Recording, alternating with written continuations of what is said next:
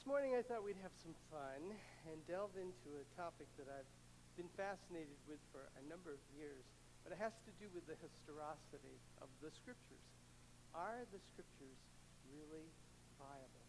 And one of the most significant elements of the Christmas story has always been the Star of Bethlehem. Who doesn't know all the little songs about Silent Night in Bethlehem and the star twinkling and the people that went to see what the entire mystery was about? And so this morning we're going to take a look at two worlds.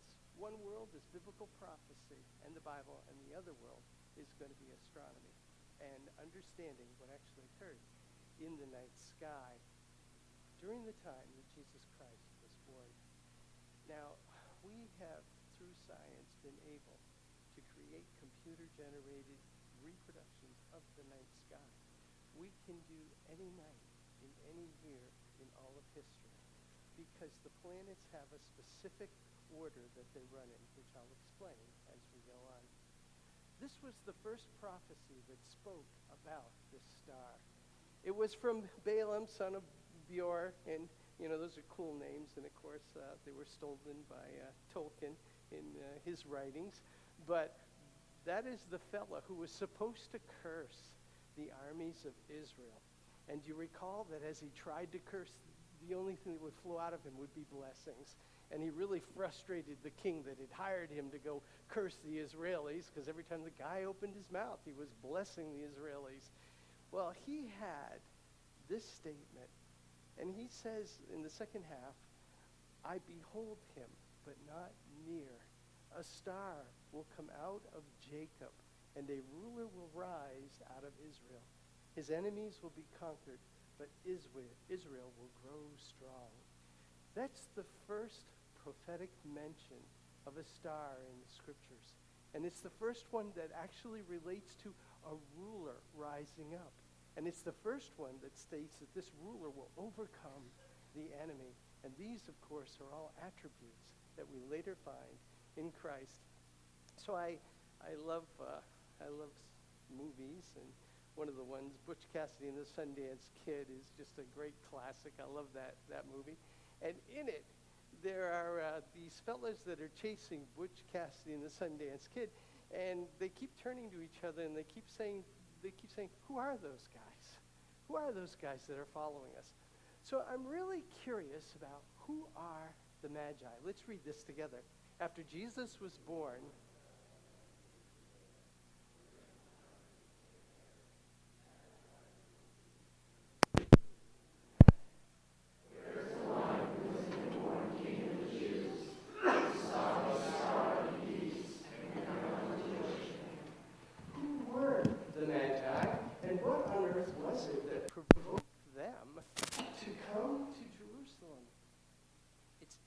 for us to forget the influence of God in the cultures of the world. And when we remember that long ago, Jerusalem had fallen to the Babylonians, and all of the Israelites had been taken into captivity in Babylon. And when we go to one particular book in our Bible, the book of Daniel, and that's like my favorite book in the whole Old Testament, when we drop in on the book of Daniel, we notice something pretty fascinating. The king of Babylon selects the most elite, the healthiest, the most spiritual young men that he can find in Israel, and he elicits them into his inner court. And they are trained. They are taught. Do you remember the story? Daniel gets to eat the best foods if he wants to, and he turns it down. And he's in this very elite group. And this group evolves into counselors for the king. They become his consorters who give him advice and give him direction. But more than that, they seem to combine a couple of elements within this group of people. One of the elements is astrology, not to be confused with astronomy. Astrology is the horoscope. Astrology does say that the skies rule your life. It does say those things. In ancient times, the stars were believed to reveal things. And so, as part of the training, these young men also learned the movement of the night sky. As well, of course, we know with Daniel, the Spirit of the Holy God upon him. Well, during Daniel's time, he gets a vision, or he gets to interpret a vision from one of the great kings.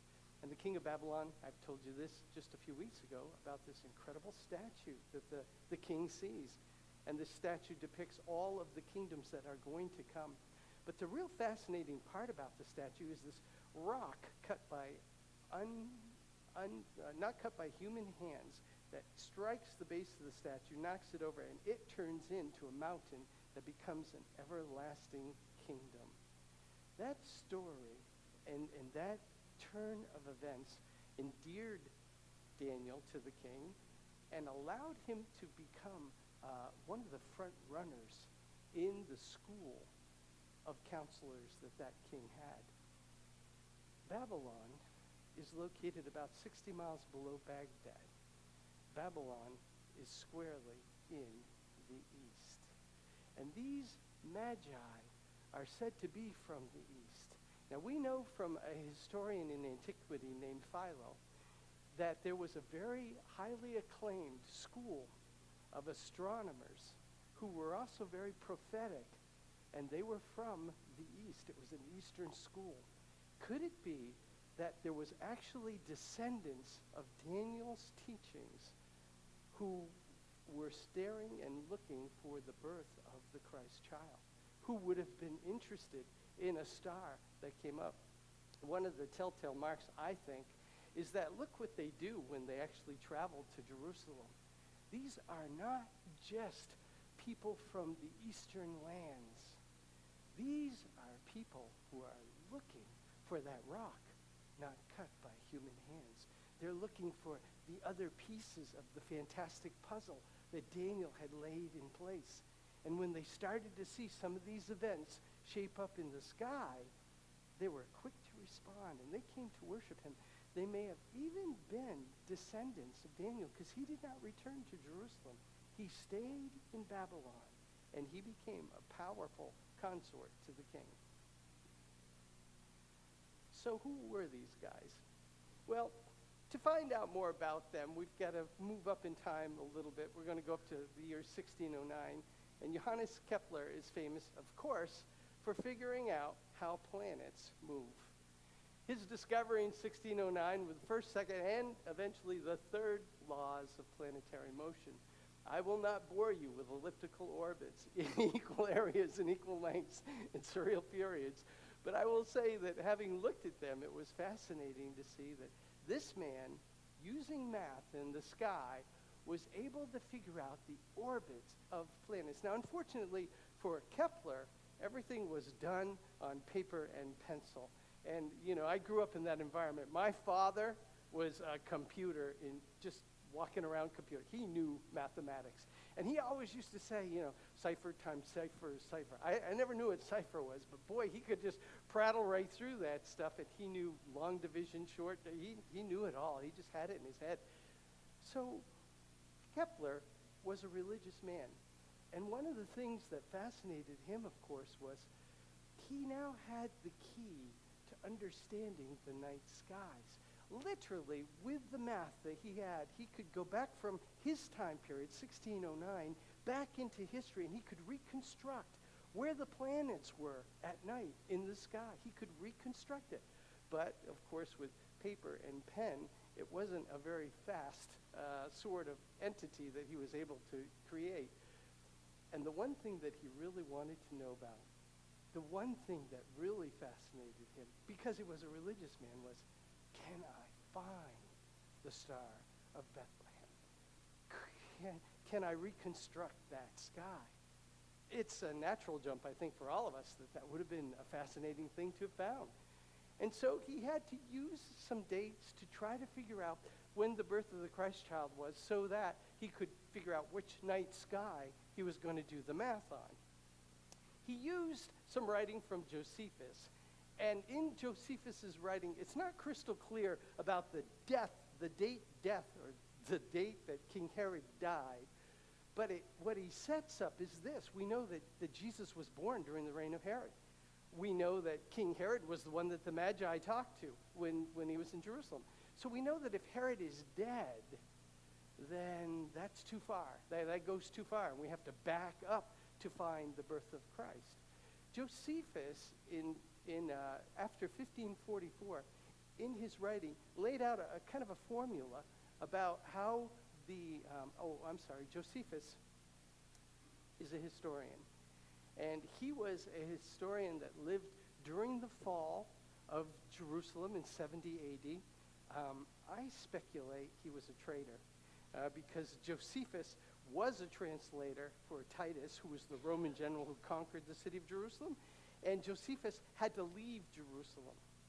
And he never went back to Jerusalem. Josephus lived in Rome from that time after. I think he'd crossed the line. I think that he was a wanted man in Jerusalem.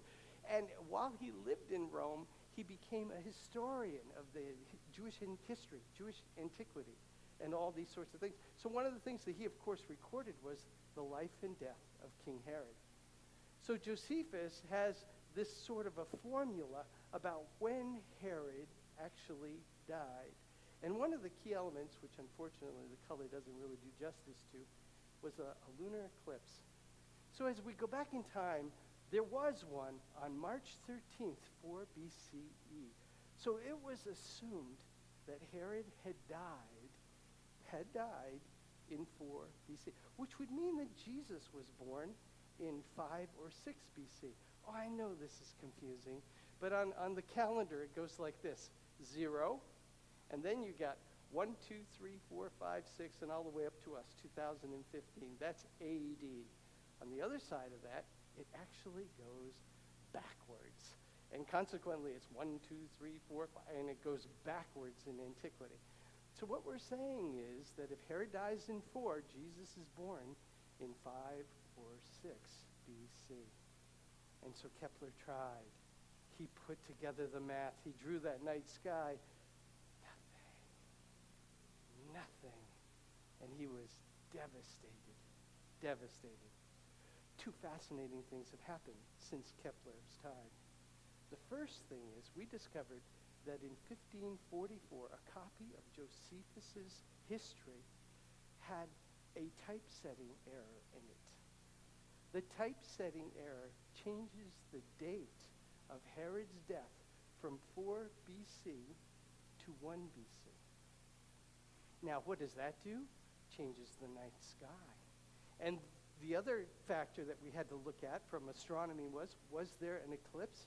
And the truth of the matter was, there were 2. And they were spectacular eclipses. They were the kind that we would think people in history would get because they happened at 6 p.m. The one in March of 480 actually occurred in like midnight, which is a little bit weirder. You wouldn't expect people to see that. So the 6 p.m. one, really resonates. So December 29th, 1 BC, there was this eclipse. And Josephus records that Herod died just before the eclipse occurred. He had died just before the eclipse. And so consequently, we think that 1 BC is our target date. Now, using that date, let's see if anything was going on in the skies in 2 and 3 BCE. That would be the time of the birth of Christ. Assuming that Herod dies 1 BC, 1 year after Jesus is born, we need to examine the night sky beginning in 3 and continuing into 2 BC and find what would have attracted the Magi. And guess what? The heavens light up.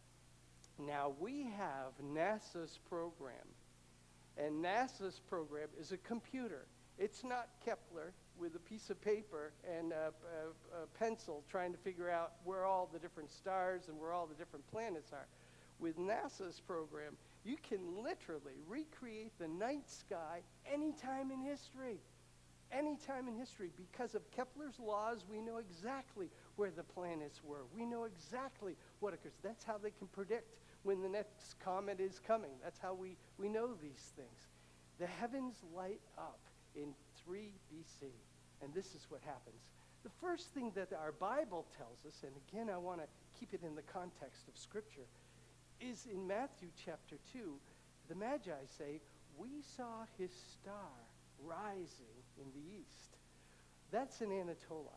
And what it actually was this. It was Jupiter The planet Jupiter had come across the sky and had risen to a spot in prominence for the Magi to be looking at as they stared westward. So they saw it go there. Now, there's something interesting about Jupiter. It's called the king planet because it's the largest planet. And what Jupiter did was it shot across the sky and stopped. It hung up someplace, which is fascinating because it hung up directly over the top of Regulus, or Rex, as the Romans would call it, the king's star.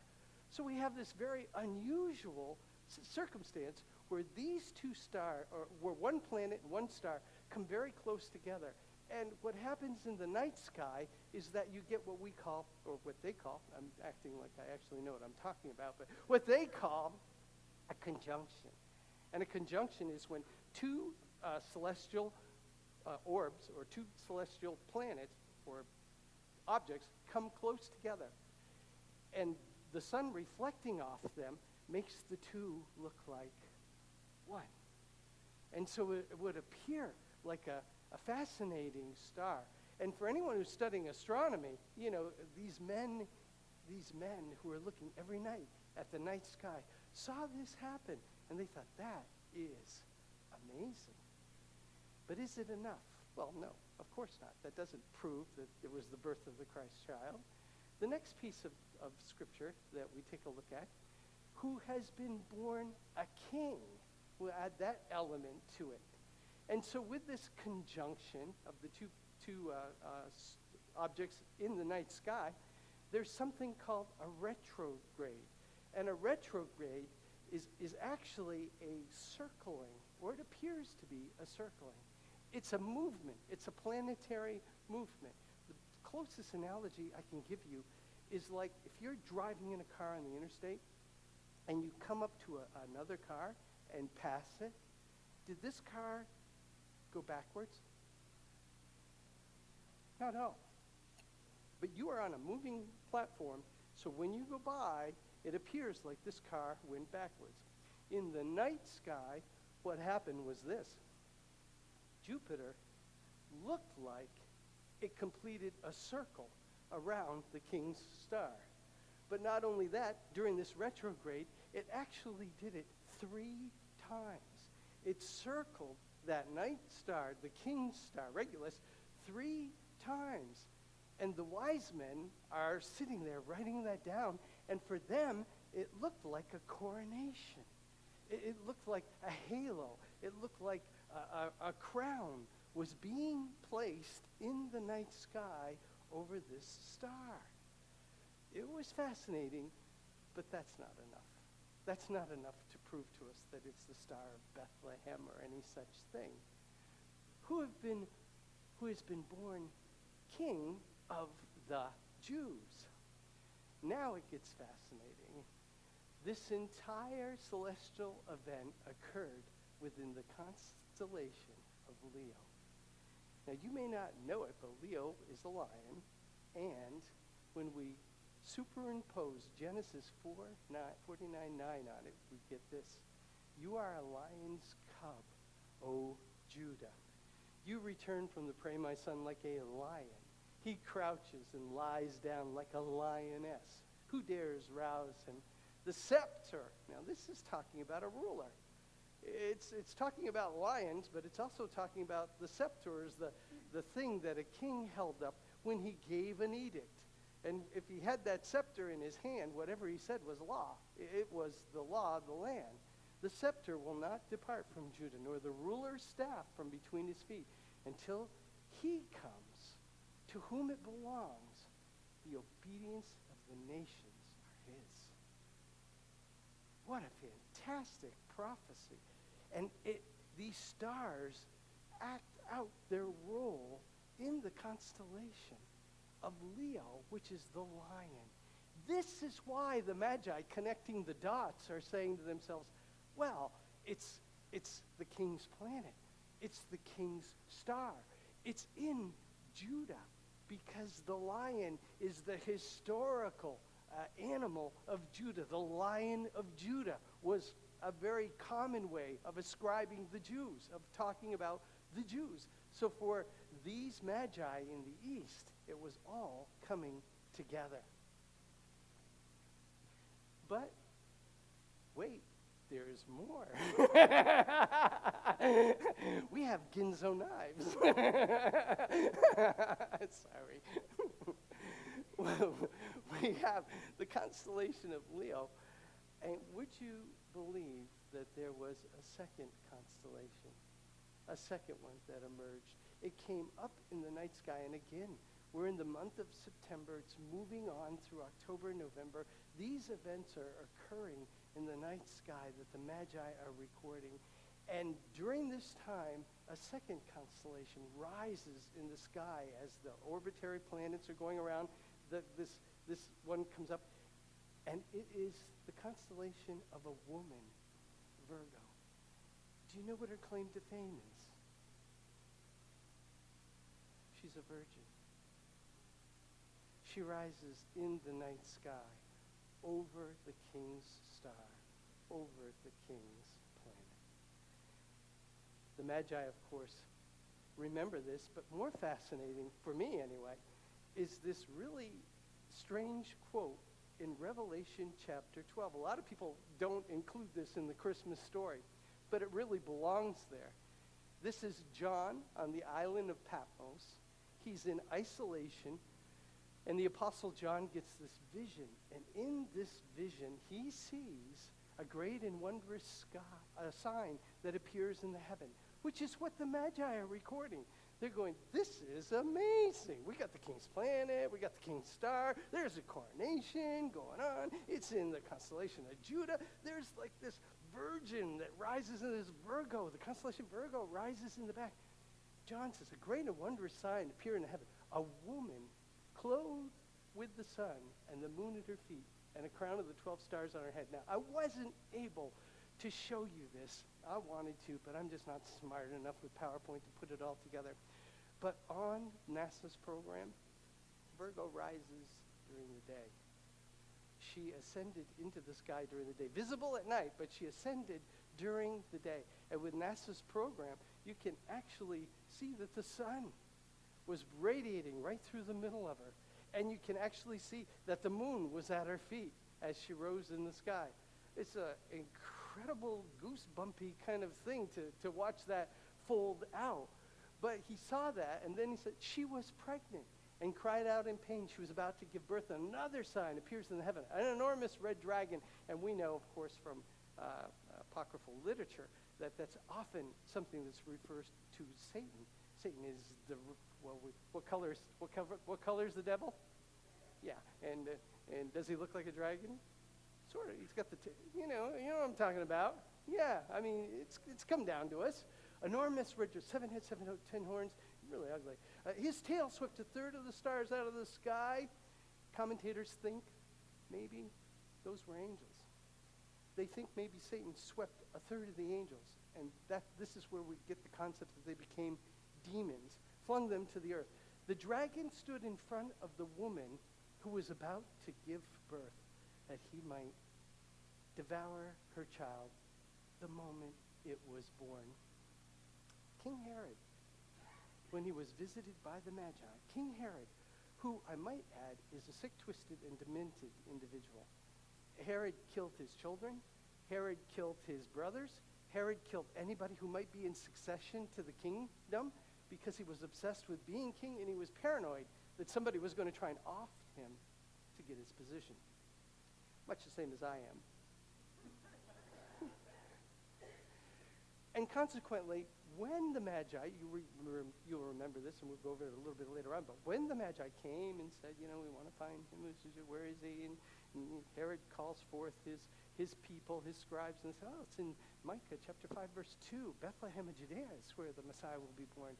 And as the Magi take off, Herod whispers to them, hey, when you find him, the one who will be king, be sure to let me know, because I want to go worship him too. And the Magi get a visit by an angel. The angel says, Herod's just going off Jesus. So the Magi don't go back to Jesus. And what does Herod do?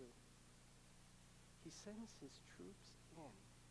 And based on this information of the time that the Magi had seen all this stuff.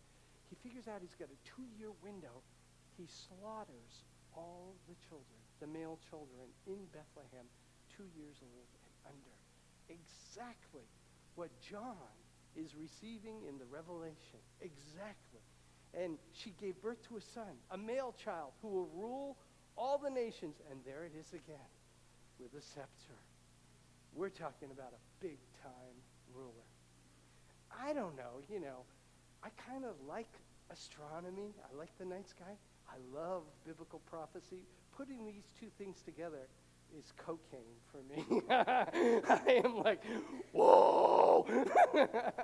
What an incredible series. But this isn't enough either. It's just not enough. There's more to the story, and we have to see if the night sky will honor it. This is the actual view from Babylon. This is 9 months after all those incredible events occur. So we had the lining up of the stars. We had all of the lining up of the planet Jupiter, the lining up of Regalis. We have the constellations. We have all this stuff occurring.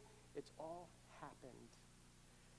And the gestation period for a woman to give birth to a child is 9 months. This is the sky 9 months after these events have calmed down. September has gone by, October has gone by. These events have calmed down. In the night sky, something incredible happens. If you go to any planetarium in the United States today, this time of year, they're going to show you this night sky. Because what happened was Jupiter aligned itself right over the top of Venus. And Venus is called the mother planet. So we have the king planet and we have the mother planet. This is the tightest conjunction known in history. It created such a violent, bright star, or something that would have been perceived as a star by the naked eye. It created such a bright illuminant in the sky that I think this is when the Magi started their ride. I think when they saw this, it was like too much. Straw that broke the camel's back. And they head towards Bethlehem. They want to see this one who is born king. This one who is born king of the Jews. And so we had a conjunction, a retrograde, constellations, and a conjunction. The Magi leave for Jerusalem. They're heading to the capital city of the Lion of Judah because they have a question. And their question, quite honestly, is, where's the one who is born King of the Jews? Now, these guys may have been, bear in mind, from the school of Daniel. These guys, bear in mind, are looking for that one who will strike the statue and who has, he's a stone not cut by human hands. Let me ask you, what could be more attuned to not being cut by human hands than a virgin birth? A virgin birth. And so these guys show up at Jerusalem, and they're thinking, surely the Jews are on this. I mean, come on, surely the Jews get this. And so they pull up and they say, hey, guys, we want in. Where's your king being born? And that sent shockwaves through Herod's court. It's interesting in the Bible that it says that Herod was upset, but then it also says that his whole court was upset. It's easy to miss, but Herod had a way of controlling people. And he would look around, and if anybody wasn't upset, oh, really? Did you know about this? Did your family know about this? Your relatives know about this? Anybody you looked at in the last month know about this? Bring them in. Lop off their heads. So the whole court got upset. Herod's upset, and everybody's going, we're upset too. oh, how bad. Messiah's being born. We're upset too. We're all in. And so consequently, they asked the king. He's disturbed. He calls together the chief priest and the teachers of the law. Where's the Messiah to be born? And they tell him, in Bethlehem of Judea. Those words must have just been sweetness to the Magi because they saw the Lion of Judah. And so this child is being born in the town of Bethlehem. Do you know what it means, Bethlehem? Thank you. House. Beth is house. Lachem is bread. And so Bethlehem is the house of bread. And Jesus says, I am the bread of life. If you come to me, you shall never hunger. There's a second thing about Bethlehem that you may not know. The little village itself and the surrounding area was from the descendants of David, as we obviously know, but it was also a priestly village. They raised a particular type of sheep in this village. The sheep that was raised in Bethlehem were the Passover lambs. To keep them kosher, to keep them without spot or blemish or any sort of infection or breakage, they kept in a very sequestered and controlled environment. And these Passover lambs were the ones that were sacrificed on Passover to atone for the sins of the people. And Jesus Christ, as John the Baptist saw him, the Lamb of God, who will take away the sins of the world, was born in the same town that these lambs were raised in. It's all coincidence, I'm sure. But you, and they read to the Magi, but you, Bethlehem, in the land of Judah, are by no means least among the rulers of Judah. Out of you will come a king who will shepherd my people, Israel. So the view from Jerusalem to the south, because the Bible says that the star stopped over the house where the Christ. And let's not forget that Jesus hasn't just been born. I probably have overlooked the dating, but it was up in the corner if you could keep track of it as I was going along. It had gone from September, and we are now 9 months later in June. And then the time it took, who was I talking to? I was talking to Doug today or somebody, and I was saying, the Magi, had to get together and go. And, oh, yeah, it must have been hard. They had to go shopping for gifts and presents like we all do. And maybe they went online. Well, could you have a quart of frankincense sent over and some gold? Sure, absolutely.